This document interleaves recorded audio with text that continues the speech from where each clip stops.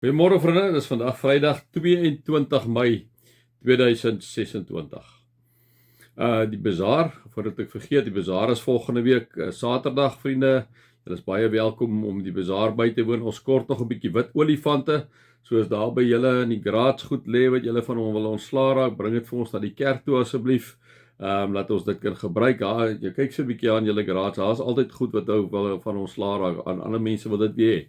Dis die interessantheid van hierdie lewe, né? So asseblief bring dit, ou bakke is, maak nie saak, potte is, panne is wat jy nie meer wil hê nie, of wat ook al, of gereedskap wat jy nie meer wil hê nie, of wat jy wil ontslaaf van wil raak, bring dit gerus vir ons na die kerk. Kom ons raak net so vir 'n wyle stil in die teenwoordigheid van die Here.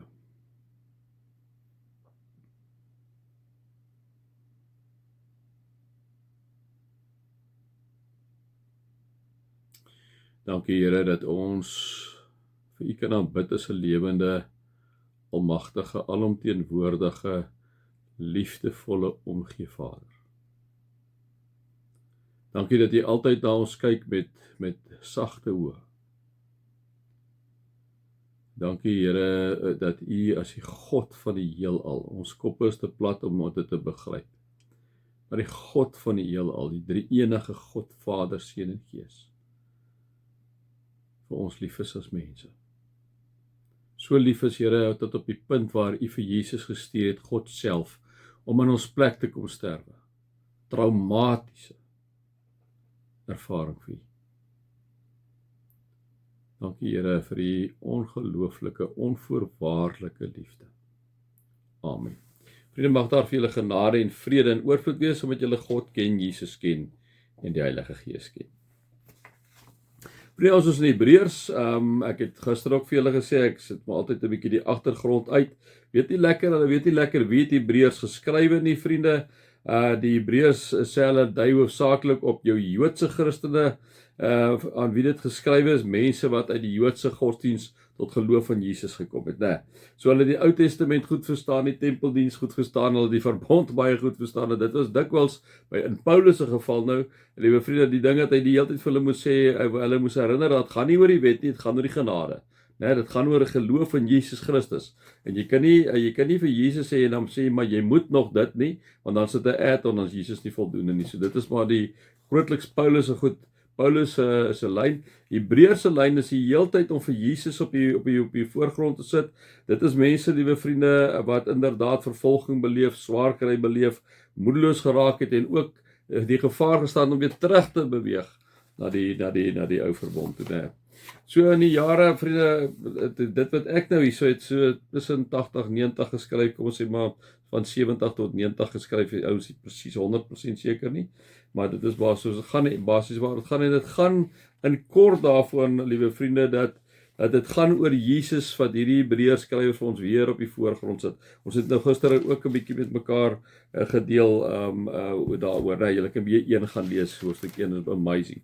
Nou is ons by hoofstuk 2, en nou het hy gepraat oor al hierdie goeders, en dan sê hy in vers 1, sê hy net, om hierdie rede moet ons soveel kragtiger vasgryp aan wat ons gehoor het, sodat ons nie dalk wegdryf in die feit, liewe vriende, wat hy vir ons gesê het hierso, uit hom, dis uit Jesus straal die heerlikheid van God, en hy is die ewebeeld van die wese van God. Hy hou alle dinge deur sy magswoord in stand, né? Ons het nou 'n bietjie daaroor gelees, en nou kom sê hy so, om hierdie rede moet ons soveel kragtiger vasgryp aan wat ons gehoor het, sodat ons nie dalk wegdrywe nie, né? Wegdrywe waarvan? Wegdrywe na die godsdienstige afgode wat daar daai tyd was, om terug te drywe na die wet toe. So hy sê, ons moet hieraan vashou, sodat ons nie weer wegdrywe daarvan nie, né? En dan sê hy, dan gaan ons hier by vers 5 aan, dan sê hy, dit is nie aan engele dat hy die toekomstige wêreld waarvan ons praat onderwerp het nie. Inteendeel, iemand het ergens getuig en gesê, wat is 'n mens dat u aan hom dink? 'n mensekind dat u na hom omsien, né? Dit is so. U het hom of haar 'n kort tydjie minder as die engele gemaak. U het hom of haar met heerlikheid en eer gekroon, né? So, hy kom sê, so dis nie aan die engele wat hy die toekomstige wêreld beloof het nie, né? Nee, hy het dit aan die mens beloof, hy het aan jou en aan my het beloof. Hy het vir Jesus Christus gestuur vir jou en vir my, nie vir die engele nie, né? En dan kom sê, wat is die mens? Hoekom is dit enigstens dat die Here om het verre oor ons? Dit maak eintlik ons vir jou my ook nie so sin nie. So ek God gewees het, ek lank al die mens van die aarde afgevee. Heeltemal. Maar ek dink die mens is vir God net 'n absolute verleentheid eintlik. Maar tog kyk hy na jou en na my vriende met hierdie sagte oë. Dit is onverklaarbaar. Daarom is dit onverdiende guns, genade alleen van ons Vader. En dan gaan hy aan, hy sê, jy het alles aan hom onderwerp. By die onderwerping van alle dinge aan die mens is niks uitgesluit nie. Alles is aan hom onderwerp. Nou sien ons nog nie dat alle dinge reeds aan die mens onderwerp is nie, maar ons sien Jesus met eer en heerlikheid gekroon op grond van sy lyding en dood. Hy is 'n kort tydjie minder gemaak as die engele, sodat hy deur die genade van God vir almal sou sterwe. Vir almal sou sterwe, né? Interessant wat Johannes mos nou sê, in Johannes 12, dan sê hy, praat Jesus wanneer hy bietjie ontsteld begin raak, wanneer hy reflekteer oor wat vir hom voorlê. Daar het die Grieke kom sê, maar hulle wil ook graag vir Jesus sê, en sy disippels vir Jesus gaan sê, maar hierdie Grieke wil hom sien, en dan praat hy oor die koringkorrel, dan sê hy, as 'n koringkorrel nie sterf nie, en dan sal hy een bly, maar as hy sterf, bring hy 'n groot oes in, en dit is eintlik wat hierso kom staan. Hy kom sê hierso, vir 'n kort tydjie is hy minder gemaak as die engele, sodat hy deur die genade van God vir almal sou sterwe, 'n groot oes sou inbring, né? God, ter wille van wie alles bestaan en wie alles ontstaan het, wou baie deel laat kry aan sy heerlikheid, en daarom was dit reg dat hy hulle leidsman tot die verlossing deur lyding heen tot volmaaktheid sou bring. Vriende, hierdie goed is mondvolle as jy dit lees. Gewoonlik lees jy dit maar net en dan gaan jy oor, want jy weet nie eintlik lekker wat jy lees nie, né? Nou, kom ons sê net weer gou vir mekaar hier, so kom ons lees dit weer stadig. God, ter wille van wie alles bestaan, hè? God, ter wie van ek en jy, die hele aarde, die hele bestaan net tot eer en verheerliking van God. Ons moet dit altyd onthou. Die feit dat ek en jy hier is hierso sodat ons eer aan God kan bewys, sodat ons heerlikheid aan God kan bewys.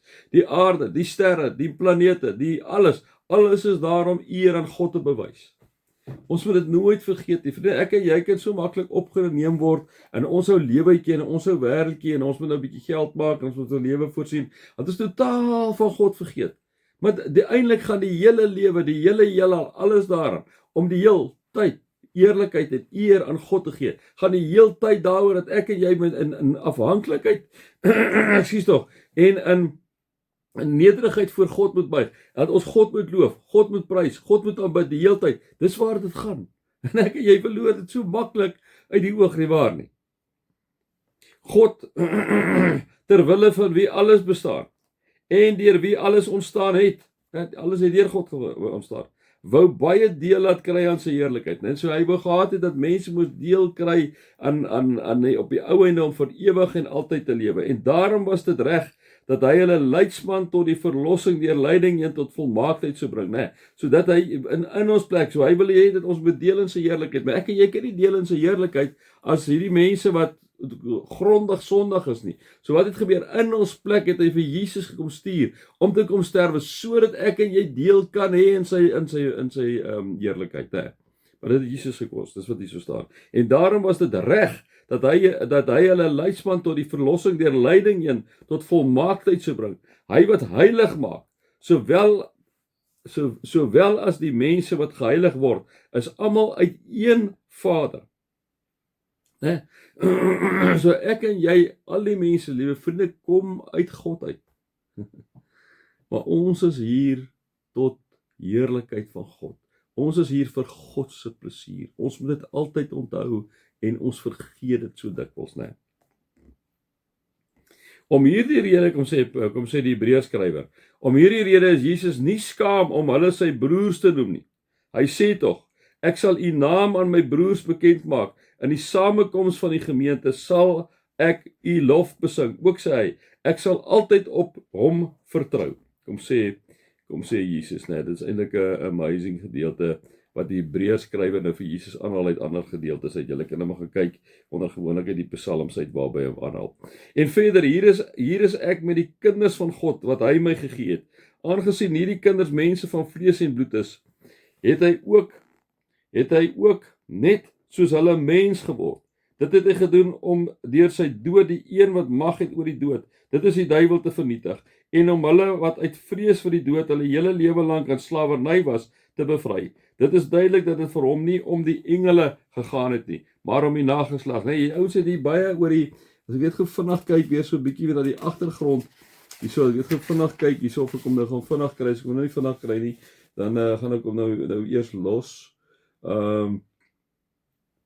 Ja, dit gaan daaroor dat die Hebreërsbrief eintlik vir hierdie mense kom sê, God is beter as die engele, God is groter as Moses, God is groter as die priesters, God is groter as Aaron. Dit gaan nie oor die ou offers in die ou verbond, dit gaan oor die nuwe verbond, dit gaan oor Jesus. Dit gaan oor Jesus wat gesterf het, Jesus wat opgestaan het, Jesus wat weer kom. Alles gaan oor Jesus. Die Hebreërs skrywer is maar net weer daarop uit om vir die mense te wys waaroor dit gaan, hè.